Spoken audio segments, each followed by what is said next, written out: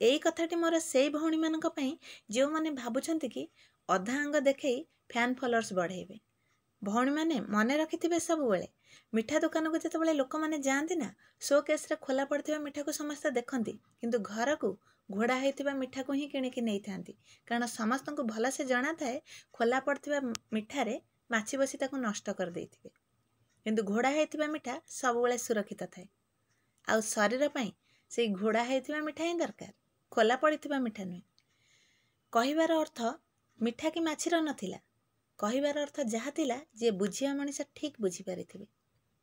तेणु करी जदि निज पाखरे टैलेंट अच्छी क्वालिटी अच्छी तो ताकू देखे फैन फॉलोअर्स बढ़ातु कारण सबु मनीष सबु फॉलोअर्स माने केबे भी ए देह देखिकी माने पसंद करी न थांती।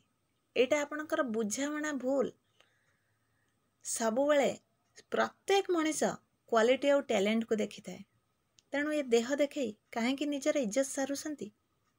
प्लीज मो कथा जदि आपनको खराब लगी थाए मते क्षमा करिवे किंतु मो कथाटी को ध्यानर सहित भाबिबे मु ठीक कहिछि कि भूल।